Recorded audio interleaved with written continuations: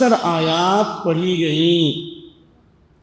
سورہ آل عمران سورہ بقرہ کے بعد دوسرے نمبر کی صورت ہے جس کے بارے میں اللہ کے نبی صلی اللہ علیہ وسلم کی حدیث ہے کہ سورہ بقرہ اور آل عمران پڑھنے والے اور اس پر عمل کرنے والے جو لوگ ہوں گے قیامت کے دن، یہ دونوں صورتیں بدلیوں کے سائے کی شکل میں حاضر ہوں گی یا چڑیے کے جھنڈ کی شکل میں صاحبان بن کر اور اپنے پڑھنے والے کے لیے شفاعت کریں۔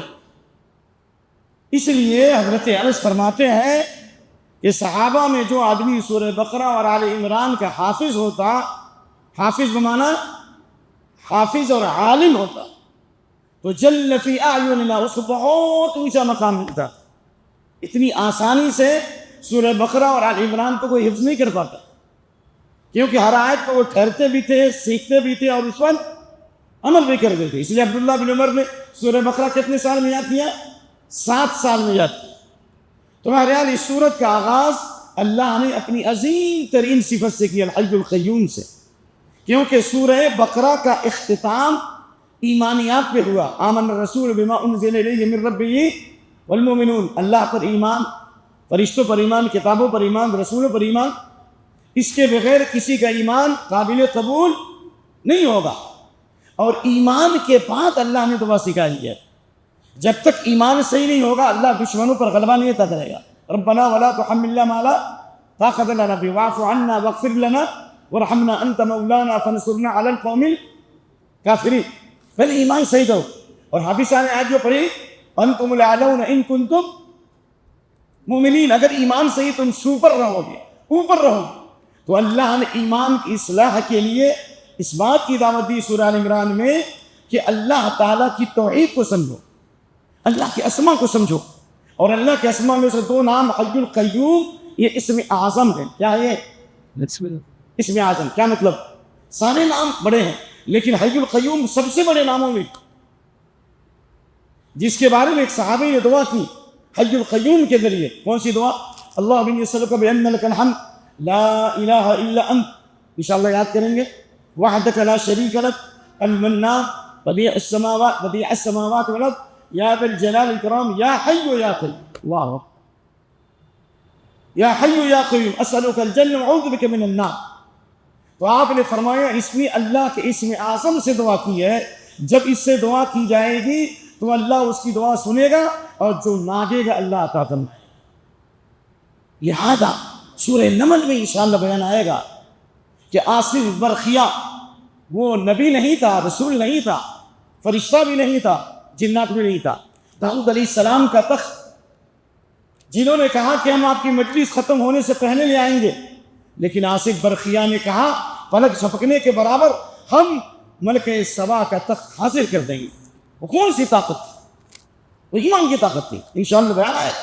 اس نے اسم اعظم سے دعا کی، حی القیوم سے دعا کی، اور اللہ نے ملک سبا کا تخت حضرت سلیمان علیہ السلام کے سامنے حاضر کر دیا۔ لہذا ہمیں اللہ کی توحید کو سمجھنا چاہیے اور اللہ کے اسماء و صفات کو سمجھنا چاہیے، نمبر 1۔ نمبر 2، حی القیوم کی ایک دعا بتاؤں گا کہ اللہ کے نبی صبح و شام میں دعا پڑھتے تھے، کیا ہم سیکھنا چاہتے ہیں؟ صحیح حدیث ہے، یا حی یا قیوم برحمتک استغیث اصلح لی شانی کلہ ولا تکلنی الی نفسی طرفۃ عین۔ اے ہمیشہ زندہ رہے، اللہ خود اس کے اللہ کی زندگی کی نہ ابتدا ہے نہ انتہا ہے، وہ ہمیشہ سے زندہ ہے اور ہمیشہ زندہ رہے گا۔ لا یلحقہ زوال ولا فنا، وہ کبھی فنا نہیں ہوگا۔ اور دنیا میں جس کو بھی زندگی ملی ہے اسی حی کی طرف سے۔ قیوم وہ قائم بالذات ہے، خود بخود قائم ہے اور آسمان و زمین کو تھامے ہوا ہے، اور دنیا میں جو چیز بھی باقی ہے وہ قیوم کی طرف سے۔ اس یقین سے دعا کرو گے، استغفر اللہ الذی لا الہ الا هو الحی القیوم واتوب الیہ۔ 7 بڑے گناہ ہیں جن سے دنیا بھی تباہ اور آخرت بھی تباہ۔ اگر ہم یہ دعا پڑھ لیں، استغفر اللہ الذی لا الہ الا هو الحی القیوم، بڑے بڑے گناہ دھل جائیں گے۔ میدان جنگ سے فرار اختیار کرنے والے پر اللہ کا غضب، اللہ کی لعنت ہے، وہ توبہ بھی قبول ہوتا ہے کیونکہ حی القیوم ہے۔ اور میں کبھی کبھی ایمان کی تازگی کے لیے ایک بات بولنا پڑتی ہے۔ گلبرگہ میں مسجد غازی پورہ میں ایک شخص ملا جس کا نام عبد المتین ہے، یہ میں کئی جگہ بتایا ہوں، اب بتانا ضروری ہے۔ کہا کہ جب سے آپ نے یہ دعا سکھائی استغفر اللہ الذی لا الہ الا هو الحی القیوم، میں نے توبہ کیا، سود سے رشوت سے توبہ کیا۔ دیکھیے داریات، فجر کے لیے ہم اس کے دروازے پر دستک دیتے تو آتا نہیں تھا، فجر کی نماز کا پابند بنا، اور ابھی 1 کروڑ سود کا قرض ادا کر کے توبہ کیا، اور اللہ نے ادائیگی کی صورت پیدا کر دی، اور 1 کروڑ سود کا قرض توبہ کر کے ادا کیا ہوں، اور ہمیں سب سے پہلی ملاقات آپ سے ہو گئی۔ یہ استغفر اللہ الذی لا الہ الا هو الحی القیوم۔ اور دوسرا واقعہ کیونکہ آپ لوگ سن رہے ہیں اس لیے بتا رہا ہوں، ایک دوسرا عبد المتین یادگیر میں نام لیتا ہوں تاکہ آپ تحقیق کریں۔ کہا کہ جب سے یہ دعا آپ نے سکھائی میری دکان نہیں چلتی تھی، ایک دن میں 5,000 10,000 کی بکری شروع ہو گئی۔ یہ اتنی عظیم دعا، ہم کو اور آپ کو حی القیوم کے ذریعے دعا کرنی چاہیے۔ اور اللہ رب العالمین نے اس صورت کے اندر اپنی کتاب کی حقانیت اور کتاب کے نزول کا مقصد بتایا ہے کہ لوگوں کی ہدایت کے لیے، اور اللہ سے کوئی چیز مخفی نہیں ہے۔ اور اللہ نے ماں کے رحم کے اندر تصویر کشی کی، جیسے چاہتا اللہ شکل بنا دیتا ہے، یہ اللہ کے علاوہ کوئی نہیں کر سکتا۔ اور اللہ نے قرآن میں 2 قسم کی آیتیں نازل کی، محکم آیتیں اور متشابہ آیتیں۔ محکم آیتیں اور متشابہ آیتیں، کیا مطلب محکم؟ قرآن میں کس قسم کی آیت ہے؟ محکم، جن کے معانی سب کو سمجھ میں آتے ہیں، اور متشابہات جن کے معانی سب کو معلوم بولیے نہیں ہے۔ ایک علمی بات بتا رہا ہوں کہ وقت پہ ختم کرنا۔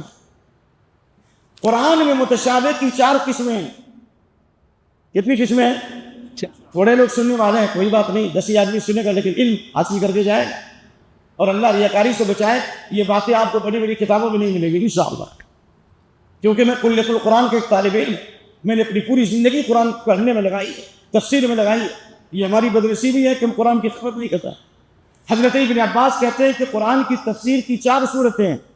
نمبر 1، لا يحضر احد بجہالتہ، قرآن کی ایک ایسی تفسیر ہے جو سب کو سمجھ میں آ جاتی ہے، محکم و متشابہ کے اعتبار سے، جن کے معنی واضح ہیں۔ ھدی للمتقین، ذالک الکتاب لا ریب فیہ، ایاک نعبد و ایاک نستعین، سب کے سامنے اوپر ہے۔ نمبر 1۔ نمبر 2، یعرفہ العرب۔ نمبر 2، قرآن کی وہ تفسیر ہے جو عام ترجمے سے نہیں سمجھ میں آئے گا، جو عربی زبان کا ماہر ہوگا، جو زبان و بیان کی نزاکتوں سے واقف ہوگا، جو گرامر سے واقف ہوگا، جو عربی زبان و ادب سے شغف رکھے گا، اسی کو سمجھ میں آئے گا۔ سمجھ میں آ رہا؟ مثال، وَلَا تَجْعَلْ يَدَكَ مَغْلُولَةً إِلَىٰ عُنُقِكَ، اپنے ہاتھوں کو اپنے گردن سے مت باندھو، اور نہ بالکل کھول کے رکھو، نہ ہاتھوں کو گردن سے باندھو نہ کھول کے رکھو، دونوں کے بیچ میں رکھو۔ کیا مطلب؟ یعنی بیچ میں ایسے رکھو، نہ ہاتھوں کو گردن سے باندھو نہ ایسے رکھو بلکہ ایسے رکھو۔ اس کا کیا مطلب؟ ظاہری مفہوم تو ایسے رکھنا ہے، بات سمجھ میں آئی نہیں؟ اس کا مطلب عرب لوگ سمجھتے ہیں نہ بہت زیادہ خرچہ کرو اور نہ بالکل کنجوس بن جاؤ، بلکہ درمیانی راہ اختیار کرو۔ تو ترجمے سے سمجھ میں آئے گا، انجینئر صاحب سمجھائیں گے، ڈاکٹر صاحب سمجھائیں گے، سمجھائیں گے۔ اس کے لیے عربی زبان و ادب کا جاننا سکوئی، ٹھیک ہے۔ لباس کا معنی کہیں زینت کے لیے آیا، لباس کا لفظ کہیں بیا من کے ملاقات کے لیے آیا، لباس کا معنی حق اور باطل کو مختلط کرنے کے لیے آیا۔ کیسے سمجھیں گے ہم ترجمے سے؟ سمجھ میں آ رہا ہے کہ نہیں آ رہا؟ لباس کا معنی کہیں آرام کے لیے آیا، تو ظاہر ترجمے سے کوئی محقق نہیں بن سکتا، مفسر نہیں بن سکتا۔ اور قرآن کی تیسری تفسیر وہ ہے جو علماء سمجھتے ہیں، کیونکہ اللہ نے فرمایا وَأُخَرُ مُتَشَابِهَاتٌ فَأَمَّا الَّذِينَ فِي قُلُوبِهِمْ زَيْغٌ فَيَتَّبِعُونَ مَا تَشَابَهَ مِنْهُ ابْتِغَاءَ الْفِتْنَةِ وَابْتِغَاءَ تَأْوِيلِهِ۔ قرآن کریم کے اندر بعض آیتیں متشابہ ہیں جن کے معنی سب کو نہیں معلوم، وَمَا يَعْلَمُ تَأْوِيلَهُ إِلَّا اللَّهُ، ایک معنی تو یہ کہ ان کی حقیقت صرف اللہ کو معلوم ہے، جیسے اللہ کے اسماء و صفات کی حقیقت، اللہ عرش پہ نازل ہوتا ہے کیسے ہوتا ہے ہم کو نہیں معلوم، جنت اور جہنم کی کیفیت، دجال آئے گا، امام مہدی ظہور ہوگا، اس بارے میں اس کی پوری اندرونی تفصیلات سوائے اللہ کی کوئی نہیں جانتا۔ اس کو کہتے ہیں متشابہ حقیقی، جو سوائے اللہ کے کسی کو نہیں معلوم ہے۔ الف لام میم کا کیا معنی ہے بھائی؟ الف لام میم را کا کیا معنی ہے؟ الف لام میم صاد کا کیا معنی ہے؟ کوئی نہیں جانتا۔ تو اس کی حقیقت کو اللہ ہی جانتا ہے، لیکن کچھ ایسی آیات ہیں جن کے معانی صرف علماء کو معلوم. اس لیے ابن عباس کہتے تھے انا من الراسخین فی العلم. کہ اللہ نے فرمایا والراسخون فی العلم یقولون آمنا بھی، جو علم میں رسوخ رکھنے والے ہیں وہ تمام پر ایمان لاتے ہیں اور کہتے ہیں سب کچھ اللہ کی طرف سے ہے، یعنی بغیر علم کے بحث نہیں کرتے. اور اللہ نے فرمایا والراسخون فی العلم، اور اللہ نے کہا کہ جو علم میں پختہ ہیں، جو قرآن کے تفسیر کو علم کی روشنی میں سمجھتے ہیں، جن کے معنی نہیں معلوم، وہ ہنگامہ نہیں کرتے کہ اس کا یہ معنی اس کا یہ معنی. مثال کے طور پر ابو بکر صدیق سے بڑا امت میں کوئی بڑا عالم ہے نہیں، لیکن ان سے ابا کا معنی پوچھا گیا. کیا معنی؟ ابا متعلق. کہا ای السماء تظلنی، کون سا آسمان سایہ کرے گا، وای ارض تقلنی، اور کون سی زمین مجھے بوجھ برداشت کرے گی میں اگر قرآن میں بغیر علم کے بولوں. حالانکہ ابا کا لفظی معنی آتا ہے سوکھی گھاس. ابا کا معنی کیا آتا ہے؟ سوکھی گھاس. کیا ان کو نہیں معلوم تھا سوکھی گھاس؟ مجھے بتاؤ، میں آپ سے پوچھتا ہوں. واتقوا یوما ترجعون فیہ الی اللہ، یہ قرآن کی سب سے آخری آیت ہے. 21 دن کے بعد یا 8 دن کے بعد، دونوں روایت ہے، اللہ کے نبی انتقال کر گئے. حضرت عمر فرماتے ہیں یہ آیت نازل ہوئی لیکن ہمیں اس کی تفسیر اللہ کے نبی نے نہیں بتائی. تو صحابہ کس طرح اہتمام کرتے تھے. اس لیے ابن عباس فرماتے ہیں انا ممن یعلم التاویل، میں ان علماء میں ہوں جو قرآن کی تفسیر کو گہرائی سے جانتے ہیں. کبھی کبھی انسان کو نعمت کا اظہار کرنا پڑتا ہے، تو قرآن کریم کی تفسیر کی تیسری قسم کو علماء جانتے ہیں، اور چوتھی قسم سوائے اللہ کے کسی کو نہیں معلوم، جن کی مثالیں ہم نے بیان کی ہیں. اور یہ شکوک و شبہات پیدا کرنے والے شرک ثابت کریں گے، بدعت ثابت کریں گے، کفر ثابت کریں گے. کہنے والے لوگ کہتے ہیں کہ اللہ کے نبی بشر نہیں ہیں، حالانکہ اللہ کہہ رہا قل انما انا بشر مثلکم، میں تمہاری طرح ایک انسان ہی ہوں. لیکن جو قرآن کو غلط معنی میں بیان کرتے ہیں وہ کہتے ہیں میں تمہاری طرح انسان نہیں ہوں، غلط معنی کیا ہوں. اس لیے قرآن کریم کی تفسیر کی حقیقت بتایا، اور انسان شکوک و شبہات سے بچنے کے لیے یہ دعا پڑھے گا تو اللہ اس کے دل کو تمام فتنوں سے محفوظ رکھے گا. کون سی دعا؟ ربنا لا تزغ قلوبنا بعد إذ هديتنا وهب لنا من لدنك رحمة إنك أنت الوهاب. آگے چلیے تھوڑا سا.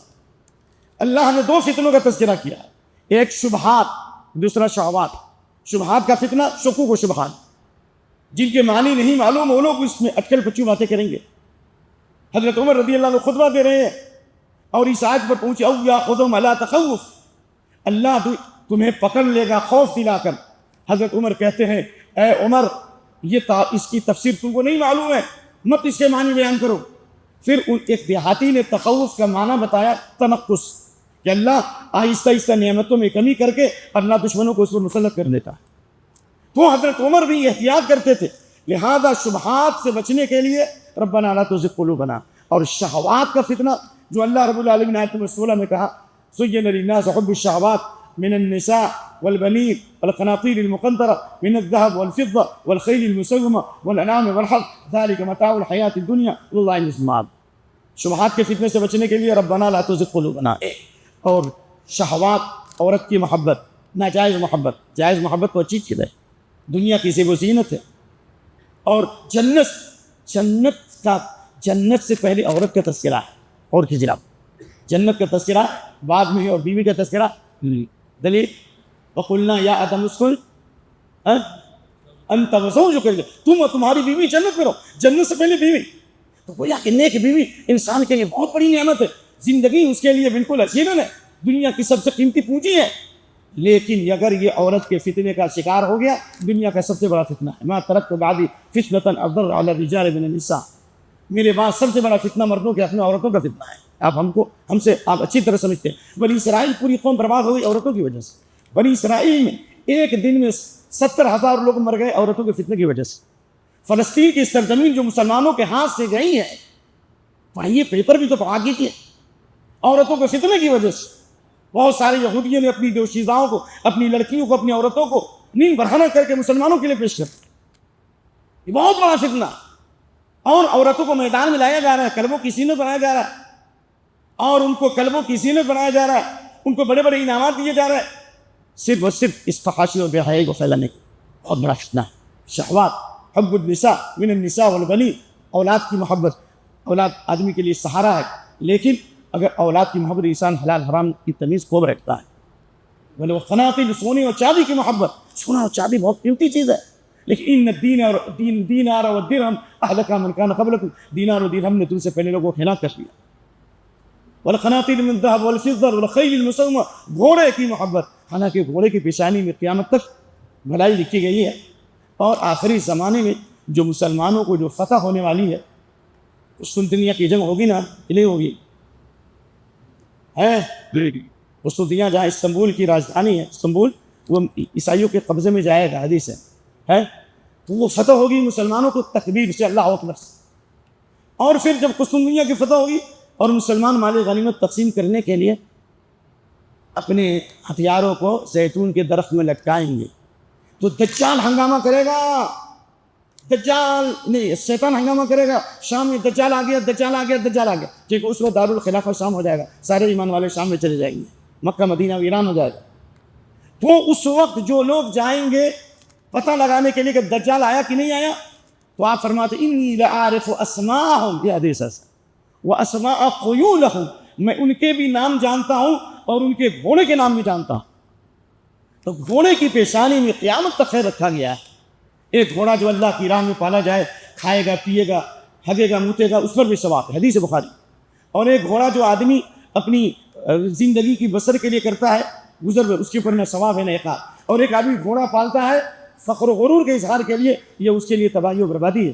اللہ نے فرمایا یہ سب دنیا کی پونجی ہے, لیکن اللہ کے پاس سب سے بہتر ٹھکانہ ہے. یہ شہوات کا فتنہ ہے, اگر جائز طریقے سے استعمال کیا جائے تو انسان کے لیے اچھی چیز ہے, ناجائز طریقے سے استعمال کرو, ہر فتنے اور برائی کی جڑ یہی 4-5 چیزیں ہیں بس.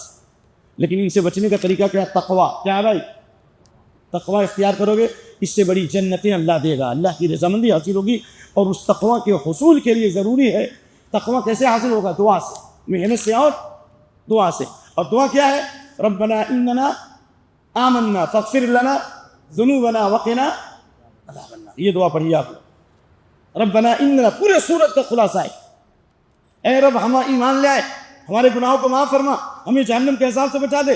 الصابرین والصادقین والقانتین والمنفقین والمستغفرین بالاسحار, یہ جنتیوں کے صفات ہے. صبر کرنے والے, صبر کا مطلب دین پر قائم رہنے والے, ایک برائی سے بچنے والے, دو اور جو مصیبت پہنچے اس کو یہ سمجھے کہ اللہ نے اس کی قسمت میں لکھ دیا, یہ صبر ہے. پوری فیملی کے ساتھ جنت میں اللہ داخل فرمائے گا. الصابرین والصادقین, سچ بولنے والے, اللہ کے ساتھ سچائی, اخلاص, کلمے کے اندر سچائی, علم اور یقین, بندوں کے ساتھ سچائی. والقانتین, اطاعت گزار, فرما بردار. اور اگر قانتین بننا ہے 100 آیتیں آپ نے پڑھ لی, قانتین میں اللہ آپ کو شمار کرے گا. والمنفقین, خرچ کرنے والے. والمستغفرین بالاسحار, صبح کے وقت, سحری کے وقت استغفار کرنے والے. یہ جنتیوں کے صفات. اور اس کے بعد اللہ نے آیت نمبر 26 اور 27 میں بہت عظیم دعا سکھائی ہے کہ اب ایک نئی امت آنے والی ہے. یہود و نصارہ ایکسپائر ہو گئے, اب یہ اللہ دنیا کے پردے پر اس امت مسلمہ کو ظہور کرنے والا ہے, حکومت اور قیادت امت مسلمہ کو ملنے والی ہے. تو اللہ نے یہ نہیں کہا کہ تخت و تاج کے لیے, دولت و پیسے کے لیے جنگ کرو, توحید کو پھیلاؤ. اگر توحید کو پھیلاؤ گے, اللہ کی گواہی دو گے, شہید اللہ لا الہ الا ہو, تو اللہ تم کو حکومت اور بادشاہت دے گا. اور اس کے لیے اللہ نے نبی کو دعا سکھلائی, کیا اللہم مالک الملک تؤتی الملک من تشاء وتنزع الملک ممن تشاء وتعز من تشاء وتذل من تشاء بيدك الخير انك على كل شيء قدير تولج الليل في النهار. اللہ رات کو دن میں داخل کرتا ہے, دن کو رات میں, زندوں کو مردے سے نکالتا ہے, مردوں کو زندے سے. یعنی انڈا جو ہے مردہ ہے, اور اللہ نے مردہ انڈا کو نکالا مرغے سے, اور انڈا مردہ ہے اس سے اللہ نے زندے کو نکالا, اور مرغی زندہ ہے اس سے اللہ نے مردہ انڈا کو نکالا. منی مردہ ہے, اللہ نے اس سے انسان کو پیدا کر دیا. یہ اللہ ہر چیز پہ قادر ہے کہ نہیں؟ ایک آپ کو بہت بڑا گفٹ دے رہا ہوں. اللہ کے نبی نے ایک صحابی کو دعا سکھائی کہ یہ آیت اللہ مالک الملک سے لے کر ترزق من تشاء بغیر حساب تک پڑھو, اور اس کے ساتھ ایک دعا. کون؟ یہ دعا پڑھ, یاد رہے گی, آیت نمبر 26 اور 27 ابھی پڑھانا. اس کے بعد ایک دعا ہے, اس کے بعد یا رحمان الدنیا والآخرہ پڑھیے, یا رحمان الدنیا والآخرہ ورحیمہما تعطی منہما من تشاء وتمنع منہما من تشاء ارحمنی رحمۃ تغنینی بہا عن رحمۃ من سواک اقض عنی الدین واغنینی من الفقر. اے آسمان اور زمین پر رحم کرنے والے, اے دنیا اور آخرت کے رحمان اور رحیم, تو جس کو چاہتا ہے دنیا اور آخرت سے نوازتا ہے, اور جس کو چاہتا ہے دونوں سے محروم کر دیتا. میرے اوپر ایسی رحمت عطا فرما کہ اپنے علاوہ ساری مخلوق سے بھی نیاز کر دے. غالباً معاذ بن جبل کی حدیث ہے انشاءاللہ معاذ بن جبل. اور اس روایت کی تحقیق میں نے کی اور ابھی میں نے مراجعہ کیا تو مجھے معلوم ہوا کئی علماء نے اس حدیث کو صحیح کہا، ان میں علامہ البانی بھی ہیں. آپ نے کیا فرمایا؟ اگر احد پہاڑ کے برابر، کیا بھائی، احد پہاڑ کے برابر بھی اگر قرضہ ہوگا تو اللہ تعالیٰ تمہارے قرضوں کو ادا کرا دے گا. یہ دعا کی برکت. بقیہ باتیں انشاءاللہ آئندہ کل، کیونکہ وقت کی پابندی ضروری ہے. اللہ سے دعا ہے کہ اللہ ہم تمام لوگوں کو صحیح دین سیکھنے سمجھنے کی توفیق عطا فرمائے اور قرآن و سنت کی محبت عطا فرمائے. سبحانک اللہم و بحمدک واشہد ان لا الہ الا انت واستغفرک واتوب الیک. السلام علیکم ورحمۃ اللہ